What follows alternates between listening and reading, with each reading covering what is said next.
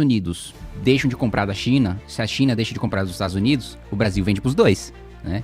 Agora, isso em termos diplomáticos, né? A gente estaria bem posicionado. Agora o nosso setor produtivo está destruído, né? O deputado Kim Kataguiri fala quais seriam as consequências para o Brasil caso os Estados Unidos entrem no conflito entre Israel, Irã e Palestina. Afirma também que o Brasil parou 40 anos no tempo. Comenta sua opinião, deixe seu like, se inscreva e compartilhe. Muito sinistro mesmo a situação lá. E assim, se a gente for falar de implicações que isso teria para o resto do mundo, o que tu acha? Dá pra prever alguma coisa? Tipo, vamos dizer que os Estados Unidos entrem nessa guerra. O que sobra? Qual que é a merda que dá aqui no Brasil quando acontece uma parada dessa escala? Dá pra prever ou é difícil pra cacete? Eu acho difícil. Acho que assim, no primeiro momento, o Brasil, ele tá bem posicionado porque tendo um endurecimento, né? Tendo uma tensão maior entre os Estados Unidos, a União Europeia e China, Rússia, né?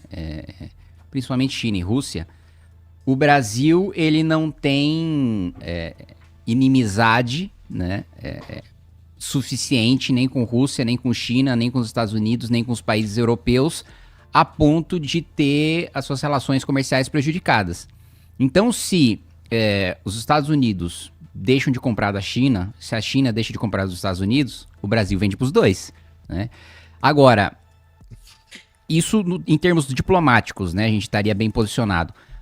Agora o nosso setor produtivo está destruído, né? E quem mais tem se beneficiado dessas tensões são os países do Sudeste Asiático, né? Eu tive no ano retrasado em Singapura, no Congresso da ASEAN, que é ali a região onde tem os países do Sudeste Asiático, e Singapura, Indonésia, Vietnã, vários países da região tem crescido muito, né, produzido para exportação, pensando nessas tensões, se aproveitando dessas tensões, mesmo antes da guerra das tarifas, você já tem uma dificuldade, você já tem barreiras comerciais entre os dois países, e mesmo com a guerra na Ucrânia também, a limitação que você tem do comércio da União Europeia com a Rússia e os países do Sudeste Asiático estão aproveitando muito porque os caras se estruturaram para ter um setor produtivo voltado para exportação que agora está colhendo seus frutos, né? E o Brasil, enquanto isso, assim, o Brasil ficou para trás, Igor, nos últimos 40 anos, em todos os setores, assim tirando a aviação, tirando o agronegócio, todo o resto que você olha. Quando a gente nem se compara mais com um país desenvolvido, comparando com os nossos pares em desenvolvimento, comparando com quem era mais pobre do que a gente, com quem tinha mais analfabetos do que a gente, com quem tinha maior mortalidade infantil do que a gente, comparado com todos os indicadores, cara, é difícil olhar para outros países em desenvolvimento e encontrar um que tenha ido tão mal quanto o Brasil. Você olha... Nos últimos 40 anos. Nossa. Você olha para a China. A China era um país... A China não é um bom exemplo. Não, a China era um país muito mais pobre do que o Brasil. Mas a China, cara, é uma ditadura que assim, simplesmente os planos, eles conseguem ser feitos com muito mais planejamento mesmo, assim. Os caras sabem que daqui a 10 anos quem vai estar no poder é eles, pô. Não, tudo bem. Agora, independentemente disso, economicamente, a China, em sendo uma ditadura, né, conseguiu se desenvolver economicamente, porque eu vejo muitos esquerdistas utilizando a China como exemplo, ignorando aspectos do regime chinês e da economia chinesa que, de certo modo, favoreceriam mais liberais do que socialistas. Por exemplo, leis trabalhistas. Não tem nada perto de CLT na China, né? É um sistema de livre negociação quase que absoluto, né? Tanto que há 20, 30 anos atrás, né, a gente fazia piada de que na China só tem trabalho escravo, todo mundo vive na miséria. E hoje a renda per capita de lá, a média, é maior do que a nossa. E é um país de 1 bilhão de gente, né?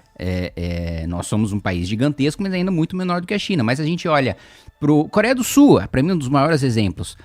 A Coreia do Sul era mais pobre. A Coreia do Sul tinha uma educação pior do que a nossa. Há 40 anos, assim, do ponto de vista histórico, não é nada há 40 anos. E hoje os caras são uma referência, tem um soft power grotesco, né? Tá exportando cultura pro mundo, tem uma economia pujante, tem um setor de tecnologia, né, imenso, é referência, né, você vai nos rankings do PISA, ali, ciência, matemática, leitura, Coreia do Sul disparando. Singapura é uma pedra, não tem nada em Singapura. Né? É literalmente uma pedra. Né? E aí, tanto que quando a gente vai lá e pergunta, né, tal, e a energia de vocês, né, e petróleo, energia elétrica, não sei o que, a gente não produz nada, é tudo importado. É tudo importado e ainda assim a gente conseguiu se desenvolver mais do que, assim, coincidentemente na semana que eu fui pra Singapura, saiu uma pesquisa sobre o salário das pessoas mais pobres, né, e era tipo assim, $4.500 ao mês. Nossa, dá pra comprar uma balinha. Do país que é uma pedra, que não tem nada de recurso natural. Você olha, é tudo arborizado, não tem nada de natural ali. Tudo eles plantaram lá. O cara lá atrás, o Lee Kuan Yew, quando fundou Singapura, que teve essa visão e isso acabou indo pra frente.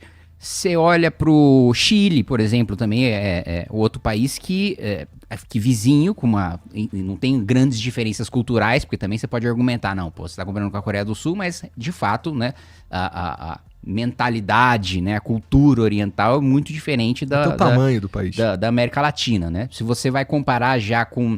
Enfim, você comparar a Europa e os Estados Unidos, tem uma diferença, né, cultural grotesca com os países orientais. Quando você vai para a América Latina, já tem diferença da América Latina para os Estados Unidos e para a Europa. A gente ainda é muito mais próximo culturalmente do que no Japão, do que numa Coreia do Sul. Mas se a gente olha para o Chile, a gente olha pro Paraguai a gente tirava sarro, né? Tal coisa, você tá com o chinelo do Paraguai. Me zoavam quando eu era criança, né? Porque eu sou metade só japonês, né? Eu sempre fui um japonês meio bronzeado. E aí você falava, não, você é um japonês do Paraguai, né? Hoje não, hoje tipo assim, é mais fácil a gente comprar um negócio de qualidade do Paraguai e a galera fala, pô, o Paraguai fala, puta, isso aí é o chinelo do Brasil, isso aí é o produto do Brasil, né? Do Uruguai é a mesma coisa. Não, a gente fracassou em todos. Não tem um setor que a gente olhe que a gente compare com os nossos pares e a gente tem ido bem. Então a gente tem aí uma falência do sistema político, no fim das contas, né? Porque são vocês que estão gerindo a gente, porra, a culpa é tua. Não é minha porque eu não tô governando o Brasil há 40 anos, mas... Mas nos últimos que? Nos últimos 10? Não, eu não tô governando há nenhum ano, né? Porque eu nunca fui presidente da República. Eu tô sendo um dos que legisla, né? Tá. De dentro de 513. Se eu fosse líder de um partido que tivesse 257 deputados, não precisa nem ter 308, que é o quórum pra aprovar a PEC, pra mudar a Constituição. Se tiver 257, meu amigo, você ia ver. Você vê Puta. Mudar a Constituição é uma das paradas que tu acha que tem que acontecer? Não, acho nem que tem que mudar a Constituição, acho que tem que rasgar e começar do zero. Interessante. A nossa Constituição, ela é um lixo. A nossa Constituição é um lixo. A nossa Constituição levou a gente ao fracasso institucional, político, econômico, social que a gente vive hoje. Né? Olha, por exemplo, a gente tem muito debate sobre os abusos do Supremo. Né? E aí eu vejo, às vezes, muita gente bolsonarista, por exemplo, falar, não, precisa derrubar o Alexandre de Moraes. Mas a questão não é o Alexandre de Moraes ou qualquer outro ministro do Supremo. O nosso Supremo Tribunal Federal, ele é muito poderoso. Pela própria Constituição. Se ninguém abusasse do seu próprio poder, o nosso Supremo Tribunal Federal ainda assim seria muito poderoso. Pelo primeiro ponto, que também é uma das razões pelas quais a gente é um desastre em praticamente toda a política pública. Tudo tá na Constituição. Toda a política pública tá na Constituição. Saúde tá na Constituição, educação tá na Constituição, previdência tá na Constituição, lei de transporte tá na Constituição, lei tributária tá na Constituição, sei lá, o Colégio Pedro II no Rio de Janeiro tá na Constituição. Então, assim, as constituições, pelo próprio nome, ela é a Constituição do Estado. O que tem de fundamental pra gente colocar no topo de todas as leis, que são princípios que vão reger todo o resto? Não é pra entrar no detalhe e determinar a política pública. Política pública é pra lei ordinária. E qual que é a dificuldade disso? Primeiro, a gente tá falando do Supremo. Se tudo tá na Constituição, o Supremo vai decidir sobre tudo.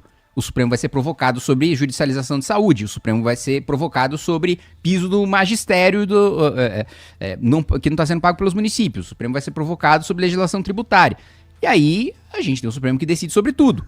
Né? Ao mesmo tempo que a gente também tem um número de legitimados, que são aquelas pessoas que têm o poder de levar uma questão para o Supremo, gigantesco. Não tem nenhum outro país em que tantas pessoas tenham o poder de levar uma lei para ser julgada no Supremo do que o Brasil.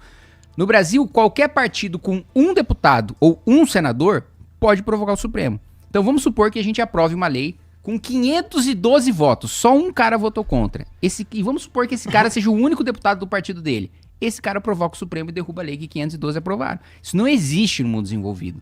né? Mas, entidade de classe de âmbito nacional, sindicato, provoca o Supremo. Então, entra com ação de inconstitucionalidade. Qualquer associação de atuação nacional provoca o Supremo.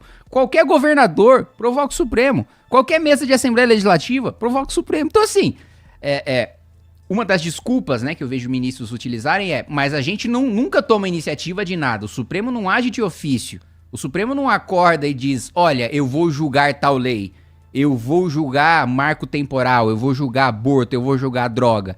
O Supremo sempre é provocado. Só que essa desculpa é muito confortável, porque o Supremo é provocado sobre tudo, porque todo mundo pode provocar e sobre todos os temas.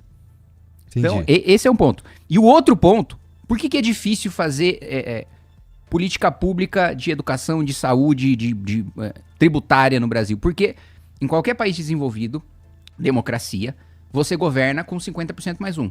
Você governa com maioria absoluta. Né? O primeiro-ministro, né, é eleito num regime parlamentarista, né? A maior parte dos países europeus são parlamentaristas, quando um partido consegue 50% mais um, certo? E aí, com 50% mais um, ele muda a política pública que ele quiser e governa, né?